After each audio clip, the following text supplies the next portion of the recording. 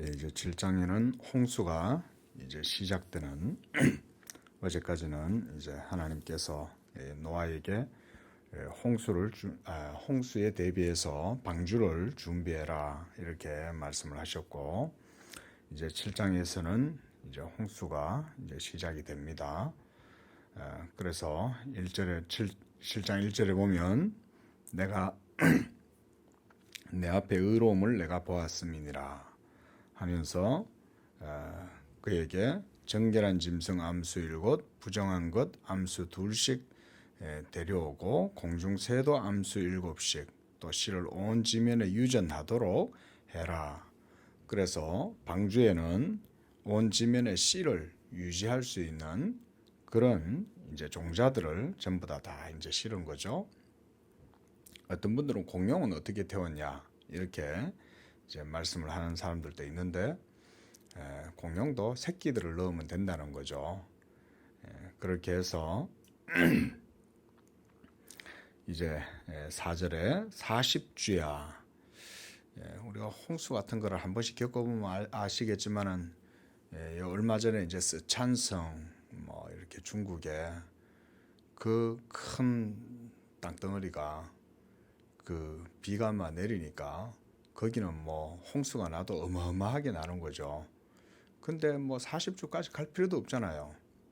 한 일주일 동안 비가 조금만 내려도 그 큰 나라가 이제 그 큰 강이 얼마나 큽니까, 강이. 그 위에서 상류에서부터 하류까지 그냥 전부 다 홍수로 물난리가 나고 이런 걸 보면, 그 당시에 사람들은 이런 비에 대한 개념이 없지 않습니까? 그러니까 이거를 고지 안 듣는 거죠. 하늘에서 비가 내리고 그리고 땅에서도 비가 솟아나고 그래서 온 세상에 물이 가득하게 될 것이다. 이런 거를 그 당시에 시대 사람들은 그런 것들을 고지고 떨어 듣지 않는 거죠. 그러나 5절에 노아가 하나님의 명령대로 다 준행하였다 그랬습니다. 이게 바로 믿음입니다. 하나님이 말씀하신 것을 내 생각과 내 경험과 내 논리에 맞지 않아도 하나님이 그렇게 말씀하셨으면 그걸 믿고 하는 게 믿음이죠. 하나님을 믿으면 모든 것이 하나님을 기준으로 우리가 사고방식을 다 거기다 포커스를 맞추는 거죠. 하나님을 믿으니까. 그리고 하나님을 믿으면 하나님이 하시는 일에 뭐든지 우리가 다 그렇게 받아들일 수가 있는 거죠. 하나님이 하시는 거니까. 우리의 경험치나 우리의 이성이나 논리로는 그저 사실은 아주 작은 것밖에 지나지 않지 않습니까? 그러나 하나님께서 자기 백성들에게 명령을 내리실 때는 그 명령은 참 크죠. 크고 넓고 우리의 모든 삶을 다 포함할 뿐만 아니라 하나님의 의롭고 선한 뜻을 따라서 우리에게 하라고 명하시는 거잖아요. 하나님이 하라고 그랬을 땐 해야 되는 거죠. 우리가 인생들끼리도 그런 적절한 예는 부모가 자식에게 얘야 해라 라고 얘기할 때는 부모는 벌써 생각이 저 앞에 나가 있는 거죠. 그렇게 하면 안 된다. 이렇게 해라. 그러면은 벌써 부모의 마음 속에는 자녀들을 위함도 있지만은 그 자녀를 위해서 더 큰 걸 생각하고 하라고 하는 거잖아요.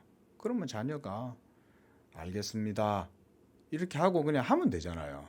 근데 이제 그렇게 하지 않으면 결국 그거는 자기 게 못 되는 거죠. 자, 10절에 9절에 하나님이 노아에게 명하신 대로 암수 2씩 노아에게 나와 방주에 들어갔다 그랬습니다. 이것도 보면 짐승들을 하나님께서 다 이렇게 노아에게 몰아주시는 거죠. 오늘날도 보면 자연 세계 속에서 그런 것들을 얼마든지 볼 수 있어요. 지진이 나게 되면 벌써 쥐들이나 또 뭐 미물들이 벌써 다 안다잖아요. 개구리가 알고 메뚜기 떼들이 알고, 벌써 이 지면에 있는 동물들은 벌써 이 지진이 날 건지 뭐 자연의 이런 징조를 깨닫고는 미리 다 피한다는 거죠. 그걸 우리가 어떻게 아냐? 우리 사람의 생각으로는 이해 못하는 것 같아도 자연은 그거 알잖아요. 예? 우리 자연을 관찰하러 다녀보시면은 뭐 그렇게 새도 대단하다고 그러지 않습니까? 그죠? 예? 그 우리 인간의 이성으로는 이해가 안 되는 거예요. 새가 그 공중에서 2km나 멀리 높이 올라가 있는 그런 새가 그 물 속에 있는 물고기를 어떻게 보냐 이거죠. 우리는 그걸 상상할 수가 없는 거죠.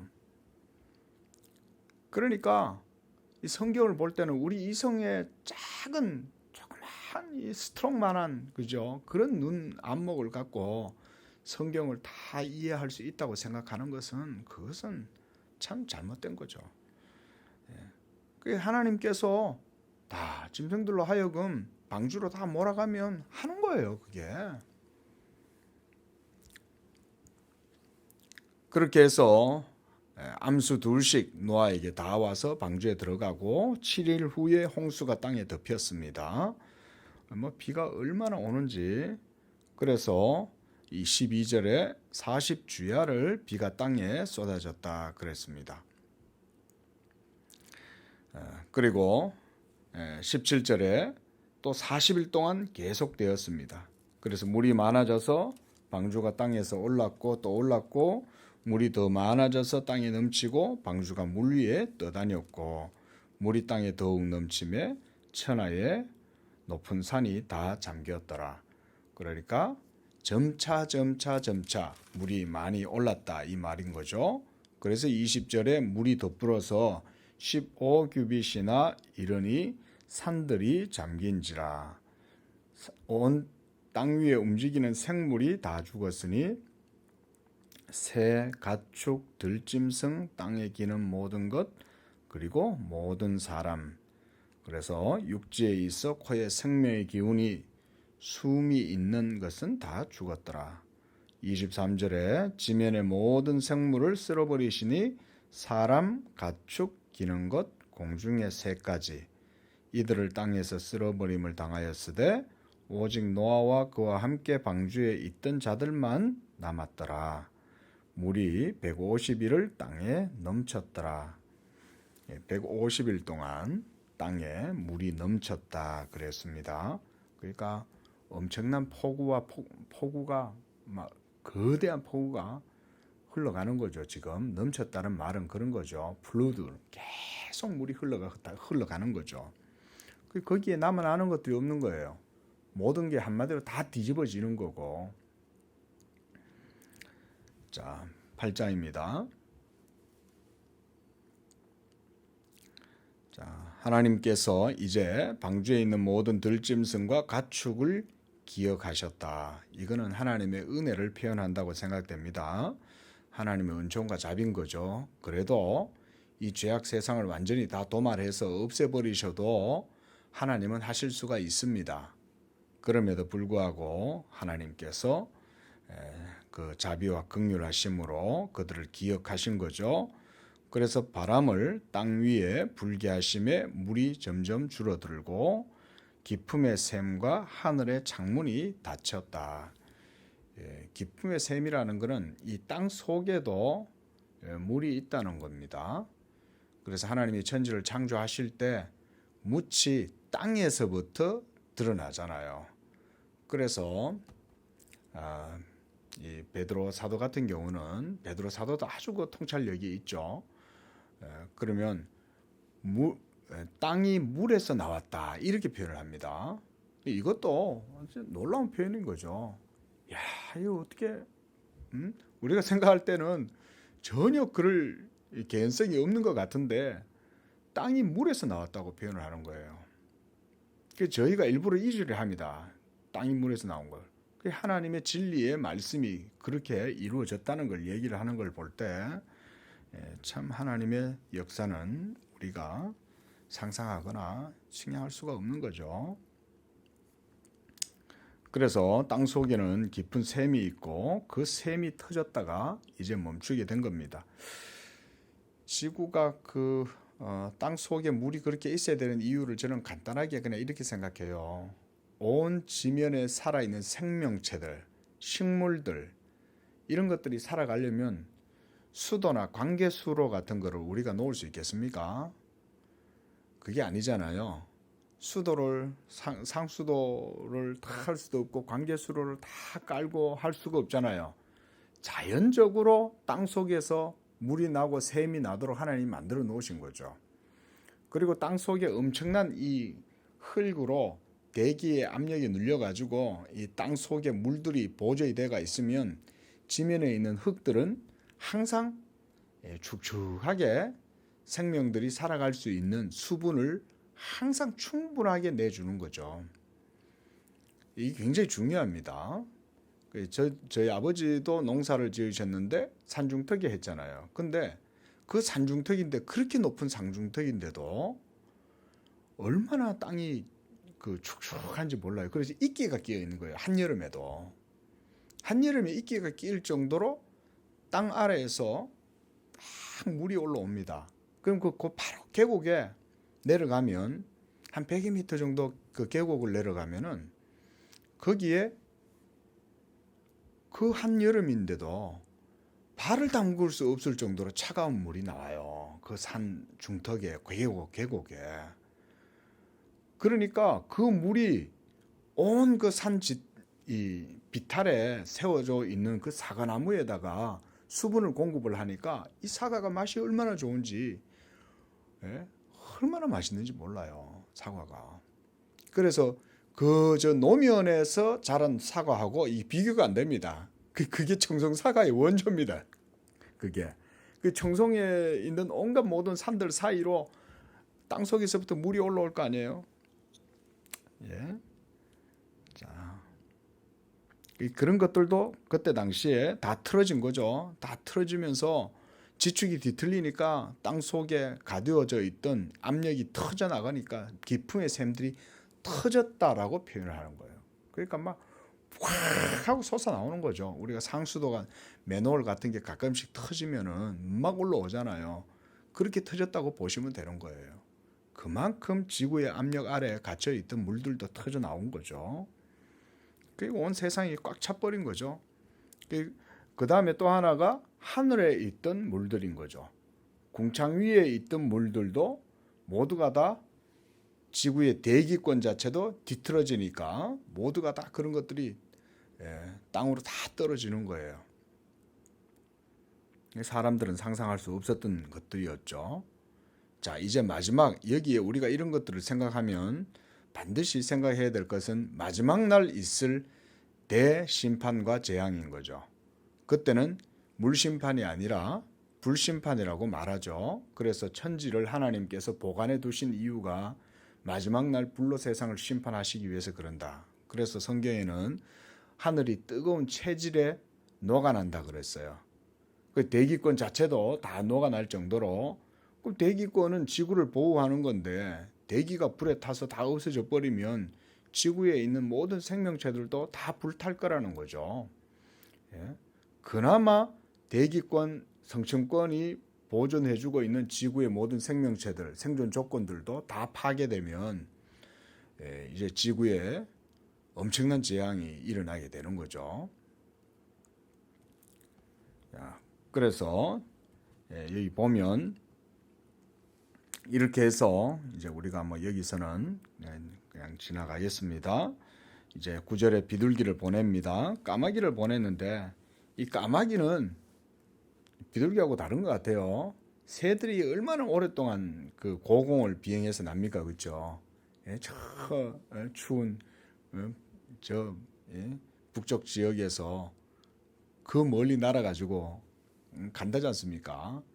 그러면은 그 기간이 얼마나 오랫동안 비행을 합니까? 중간에 오면서 한 번씩 우리나라에도 들렀다가 뭐 가기도 하겠지만 그렇지 않고 가는 새들도 있겠죠. 새들은 참 대단한 것 같아요.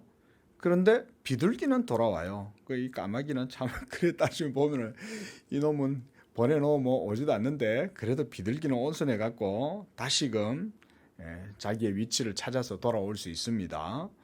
그래서 비둘기를 내놓아 지면에서 물이 줄어들었는지 알고자 하며 물이 있으므로 비둘기가 밟으실 곳을 찾지 못하고 방주로 돌아오나 다시 또 7일을 기다려 내놓을 때 이번에는 감람나무 새 잎사귀를 물고 왔다는 거예요. 그래서 또 7일 기다려 내놓으니까 이제는 돌아오지 않는 거죠. 그러니까 이제 비둘기도 살 땅을 얻은 거죠. 그렇게 해서 13절에 601년 첫째 달 곧 그 달 초하룻날에 땅 위에 물이 그쳤다. 그 물이 그쳤는데 아직은 땅이 진흙투성인 거죠. 그 14절에 21의 날에 땅이 말랐더라. 그 이제 땅이 마르니까 그제서야 15절에 하나님이 말씀하시는 거예요. 노아가 얼마나 답답했겠습니까? 그 오랫동안 햇빛도 못 보고 방주 아래서 동물들하고 같이 살고 있으니까 남은 참 이 노아와 그의 가족들이 어땠겠어요? 어마어마한 두려움도 있었겠죠. 온 세상 사람들이 다 사라졌으니까 상상할 수 없는 일이 일어난 거죠. 우리가 지금 이 세상에 있는 모든 사람들이 그와 같이 다 사라진다고 한번 생각을 해보십시오. 우리가 뭐 재난 영화 같은 거 보면 뭐 그런 거 있지 않습니까? 뭐 미국 대륙이 막 갔다가 붕괴가 되고 뭐 이런 것들, 또는 뭐 전 세계가 물에 덮이고 이런 것들을 막 재난 영화 같은 걸 보면 상상할 수 없으니까 그걸 보는 것만으로도, 영화인데 영화를 보는 것만으로도 가슴이 두근거리잖아요. 근데 장차는 온 세계가 이와 같이 하나님 앞에서 성경은 심판한다 그랬습니다. 우리가 이걸 보고 뭘 배워야 되겠습니까? 그날을 준비해야 되는 거죠. 우리도. 물론 우리가 무슨 뭐 종말론적인 그런 두려움 속에서 살아라 그런 말은 아니지만 우리의 믿음을 항상 깨우기 위해서 정신 차려야 되는 거죠. 잠들면 안 되는 거죠. 그런 날은 마지막 날 일어나게 될 겁니다. 전 세계가 통곡하게 되는 그날이 되는 거죠. 자, 하나님이 이제 말씀하시잖아요. 15절에 때가 되면 하나님이 하시는 거예요. 답답하고 언제 주님 오시나? 언제 하나님이 이 땅에 물이 다 그칩니까? 그러면서 노심초사할 필요가 없어요. 시간이 되면 하나님이 노아한테 말씀하시는 거예요. 야, 노아야, 이제 다 말랐다. 하나님은 다 아십니다. 그렇죠? 하나님은. 그래서 하나님께서 말씀하십니다. 너와 네 아내와 네 아들들 며느리들과 함께 방주에서 나오고 너와 함께한 모든 혈육 있는 생물 새와 가축과 땅에 기는 모든 것을 다 이끌어내라. 이것들이 땅에서 생육하고 번성하리라. 이렇게 해서 말하자면 우리가 이렇게 표현하면 적절한지 모르겠는데 하나님이 포맷을 다시 하시는 거죠. 포맷 하신 거죠. 세상을. 그리고 여기서 또 하나 흥미로운 거는 노아가 세 자녀들을 낳았을 때가 몇 세 때 낳았습니까? 500세 때, 500세가 넘어서 낳았죠. 몇 세 때 낳았어요, 노아가? 5장 32절에 보면 노아가 500세 된 후에 셈과 함과 야벳을 낳았어요. 이 기록상으로만 보면 노아에게는 딸들이 없었습니다.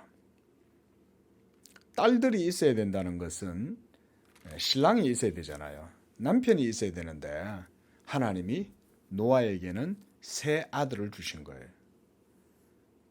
그래서 노아의 혈통으로 말미암아 온 세계의 종족이 번식되도록 하셨다는 거예요. 만약에 노아에게 딸이 있었다면 그 딸도 남편이 있었을 거 아니에요.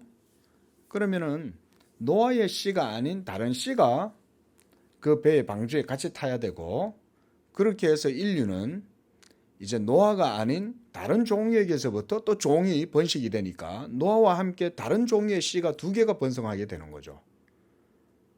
그러니까 하나님께서는 딱 노아의 씨만 온 세계에 번식이 되도록 하신 거예요.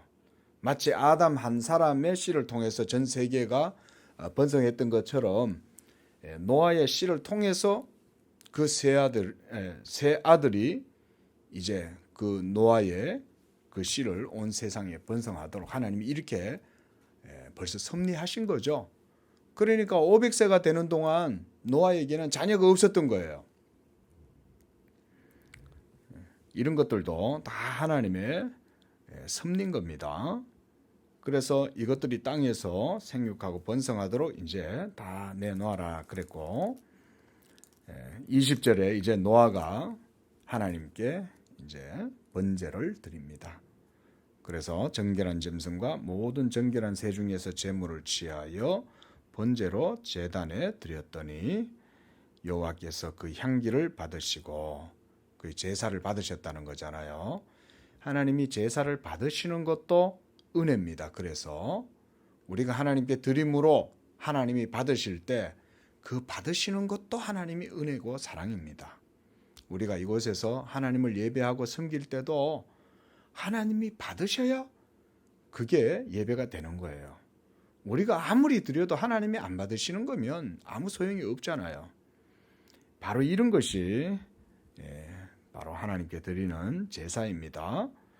그래서 하나님께서 이제 그 제사를 모두 다 이제 받으신 다음에 생각을 하시는 거예요. 마음이 풀리신 거죠. 번제로. 이 노아가 하나님 앞에 드리는 제사가 하나님의 마음을 그래도 풀어드리는 거죠. 그래서 하나님께서 마음에 계획하는 바가 어려서부터 악함이라 내가 다시는 생물을 멸하지 아니하리라 말씀을 하셨습니다. 그리고 땅이 있을 동안 이와 같이 사시사철 이루어지게 될 거다 말씀하셨고요.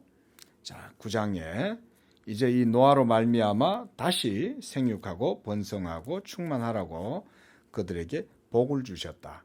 우리가 처음 아담에게도 그리고 모든 생물들에게도 복을 주셨다 그러지 않습니까? 하나님이 복을 주셔야 됩니다. 이것도 아주 귀한 그런 말씀이죠. 복을 주셔야 된다. 그래서 2절에 이제 인류에게 새로운 또 삶의 모습을 보여줍니다. 뭐냐면 이전에는 육식을 하지 않았습니다. 그런데 2절에서 하나님이 이제는 그들에게 육식을 하라고 말씀을 하셔요. 그래서 3절에 보면 모든 산 동물은 너희 먹을 것이 될 것이다. 그래서 채소같이 내가 너희에게 이것을 주노니 이렇게 하면서 이제 육식이 시작된 거죠. 육식을 해야 되는 것은 사실은 좋은 건 아닌 거예요. 우리 인생들에게. 어제도 나눠드린 말씀에서 그런 말씀도 드렸지만 신토불이다. 땅에서 나는 것을 먹고 살아가는 게 사실 우리 인생들의 육체에 가장 좋고 적합한 겁니다. 그게 원래 창조하셨을 때의 상태입니다. 그런데 더 이상 이제 그럴 수가 없는 거죠. 하나님이 창조한 모든 땅은 저주를 받을 뿐만 아니라 이제는 땅이 제대로 그 효력을 드러내지 못하게 된 상태가 된 거예요. 그러니까 우리가 땅에서 주워 먹는 것들은 아주 빈약한 정도인 거예요. 아주. 땅에다가 콩을 심어가지고 먹고 인삼을 갖다가 해가지고 먹고 그래서 아무리 좋은 것들 해 먹어도 그런 것들은 이 창조 초기 때 만들어 놓은 지구의 상태와 비교하면 그것은 정말 아무것도 아닌 거예요. 폐허인 거예요. 폐허. 난지도 같은 거예요. 우리가 이 지금 지구상에. 우리 이런 걸 보면 참 빨리 속히 하나님의 나라가 이 땅 가운데 이루어지기를 바라야 되겠죠. 그러나 4절에 핏째는 먹지 말라. 일단 핏째 먹는 거는 보면은 본성적으로도 피 자체가 벌써 직관적으로 보면 생명을 우리에게 보여주잖아요. 우리 어린 건우도 제가 이리 뭐 하다가 다쳐가 피를 흘린다 그러면 그 피를 보고는 얘가 막 경악을 하는 거예요. 벌써 아이의 그 순수한 마음이나 또 그 민감한 그런 양심으로 보니까 이 피 자체가 벌써 그래 보이는 거죠. 그거 안 가르쳐줘도 아는 거예요. 피라는 거는. 이런 것들은 모두가 다 그래서 율법이 우리 본성과 모두가 다 맞춰져 있습니다. 물론 율법은 우리 양심의 법보다 훨씬 더 예리하지만 그러나 양심의 법이 율법의 포섭이 되는 거죠. 그러다 보니까 우리 개념적으로 양심이 율법에 포함이 되어져 있다 보니까 마음의 양심의 모든 거리끼는 것들은 대부분 다 율법과 매치가 되는 경우가 많습니다. 그렇다고 해서 양심이 율법이라는 건 아닙니다, 여러분. 하지만 율법이 하나님의 말씀이지만 양심도 그래서 대부분 다 율법과 괴가 통하는 거죠. 그래서 피째 먹지 말라고 하는 것과 율법에서 말하는 것이 같은 거예요. 이런 건 본성적으로 아는 거죠. 그래서 5절에 보면 여기에 중요한 말씀을 합니다. 너희의 생명의 피, 너희 피를 내가 반드시 찾는다. 이게 뭡니까? 이게 바로 율법의 공의, justice를 여기서 말씀하시는 거예요. 하나님은 공의로운 분이시잖아요. 그래서 피를 흘리면 그 짐승에게서나 사람이나 형제면 그에게서 그 생명을 찾으리라. 이게 벌써 이런 것들이 율법에도 나오잖아요. 이게 동해보복법이다. 이런 형태가 벌써 여기서부터도 드러나는 거죠. 그래서 6절에 다른 사람이 피를 흘리면 그 사람의 피도 흘릴 것이다. 이게 공의잖아요. 하나님께서 벌써 노아에게도 이런 율법적 형태의 계명을 주시는 거죠. 그러니까 살인하지 말고 하나님이 형상대로 삶을 살아라고 벌써 이렇게 그들에게 주시는 거예요. 그래서 자기의 형상대로 사람을 지으셨기 때문이다. 그래서 공의의 모든 기준과 근거가 하나님의 형상 때문이지 않습니까? 사람의 영혼이 얼마나 귀합니까? 사람을 죽인다는 것은 하나님의 형상을 파괴하는 것과 같은 거 아니에요. 그러니까 엄청난 죄인 거죠. 자, 이렇게 해서 생육하고 번성하라라고 또 말씀하셨습니다. 하나님이 말씀하셨으니까 모두가 다 생육하고 번성하는 겁니다. 그리고 9절에 내가 내 언약을 너와 너희 후손들에게 주노라 그랬습니다. 이거는 우리 성도님들이 조금 주목해서 보셔야 됩니다. 꼭 유념을 해놓으세요. 내 언약이다 이 표현을. 여기에서 왜 하나님이 내 언약이라고 그러셨겠어요? 이것은 우리가 성경 신학적으로 보면 하나님 아버지께서 아들에게 주신 언약 이렇게 생각을 하시고 한번 보시기 바랍니다. 그러면 왜냐하면 이것은 독특한 표현인 거예요. 내 언약이란 표현이. 하나님이 인류에게 내 언약이라고 얘기하실 때는 여기에는 소위 말하는 위격이 여기서 드러나요. 우리 성경을 읽으시다 보면 구약 성경에서 특별히 우리가 삼위일체라는 말들을 못 보잖아요. 구약 성경에서는. 신약에서는 예수님이 나와 아버지, 성령 이렇게 해서 분명히 위격의 형태가 드러나지만 구약 성경에서 하나님은 여호와로만 드러나잖아요. 그런데 텍스트 속에서 이 행간 속에 문법의 구조 속에 보면 삼위일체의 형식이 드러납니다. 그래서 여호와께서 내 주에게 말씀하여 이르시기를 이런 표현들을 보면 여호와가 계시고 다윗의 주님이 있는 거죠. 주의 오른편에 앉아 있는 주께서 이런 표현들이 있단 말이에요. 그러면 그거는 벌써 여호와가 한 분이 아니라 또 다른 여호와가 계시다는 거예요. 이런 것들이 이제 노아 홍수 이후에서부터 드러나기 시작합니다. 물론 노아 홍수 전에도 볼 수는 있어요. 동산에 거니시는 여호와 이럴 때 우리가 그 예수님으로 생각을 하는 겁니다. 신학적으로. 하지만 벌써 9장에서는 이제는 구원을 해야 되기 때문에 언약을 얘기하시는 거죠. 그래서 내가 내 언약 바로 아들이 아버지께서 나에게 주신 말씀 이렇게 생각을 하고 보시라는 거예요. 이런 것들이 우리가 이제 소위 성경 신학이다 이렇게 말을 합니다. 자, 그래서 11절에도 내가 너희와 언약을 세우리라. 이 언약이 바로 하나님께서 아들에게 주신 언약인 거죠. 그래서 내 아버지에게서 받은 말씀 그것을 나도 그들에게 주어 싸우며 이렇게 요한복음 17장에도 보면 예수님이 말씀하죠. 아버지께서 내게 주신 말씀을 나도 그들에게 주었다. 그 말씀이 뭐겠어요? 그 말씀이 바로 지금 9절에서 말씀하고 있는 내 언약이라는 거예요. 그러니까 지금 노아와 언약을 맺으시는 그분은 여호와 하나님 가운데 제2위이신 여호와라고 우리가 이해를 하면 되겠죠. 그래서 그 증거로 바로 무지개를 보여줍니다. 그 당시에 무지개가 없었는 것인지 아마 새로운 것이었던 것 같아요. 무지개가. 왜냐하면 궁창에 물층이 사라지고 나니까 그 빛이 그대로 지구상에 그대로 내려오게 되니까, 그래서 그 안개가 일어나게 되면 그때 이제 무지개가 생겨나는데, 아마 그런 과정에서 새롭게 생겨난 게 무지개가 아닌가 그런 생각이 됩니다. 자, 이렇게 해서 이제 18절에 방주에서 나온 세 아들로 말미암아 이제 온 인류가 온 땅에 퍼졌다. 19절에 그렇게 말씀합니다. 그리고 노아가 이제 농사를 시작하고 포도를 심었습니다. 포도가 아무래도 음료를 이제 저장하는 방법이 포도가 제일 좋지 않습니까? 그래서 포도를 심었던 것 같아요. 그리고 또 이게 또 취하니까 아마 좀 어른이 추태를 부르신 것 같아. 뭐 먹고는 그냥 막 뭐 세상에 뭐 보는 사람이 있어요. 뭐 자기 집 애들 외에는 뭐 며느리들 외에는 뭐 볼 사람도 없고 이러니까 그냥 아마 노아가 먹고는 좀 그랬던 것 같은데, 근데 여기에서 큰 이제 사건이 일어납니다.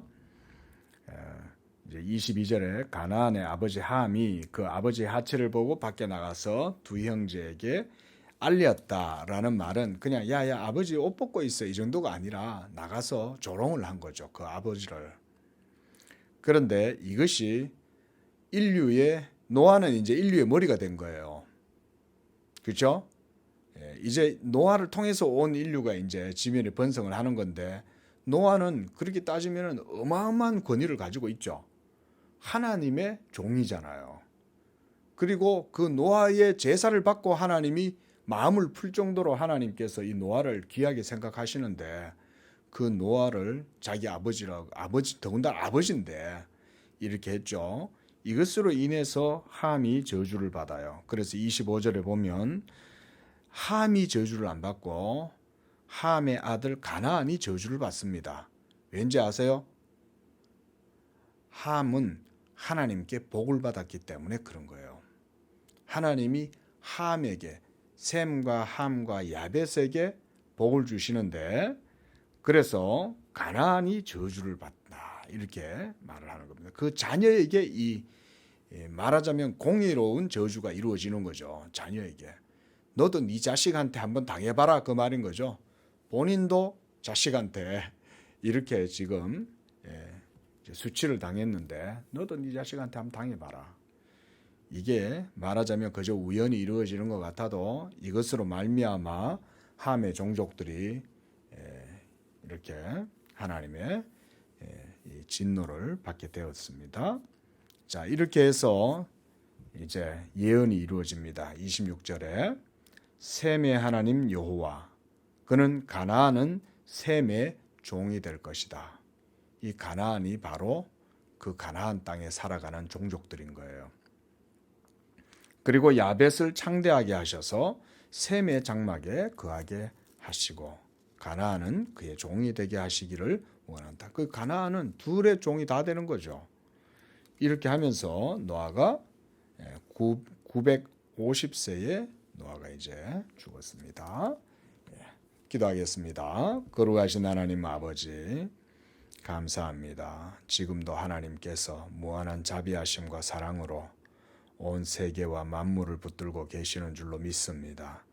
우리가 하루하루를 살아가면서도 매일매일 주의 성경의 말씀을 따라 주의 말씀의 증거를 따라서 살아가는 그런 믿음의 증인들이 되게 도와주시고, 아버지여 믿음의 증거를 따라서 우리에게 주어진 이 시대를 살아가는 그런 종들의 삶이 다 되게 도와주시옵소서. 하나님이 말씀하신 것은 무엇이든지 우리가 믿음으로 받고 그 말씀 따라 살아갈 때 하나님의 온전하신 뜻이 우리 성도들의 삶 가운데 이루어질 수 있도록 오늘 하루도 축복해 주시옵소서. 예수님의 이름으로 기도합니다. 아멘.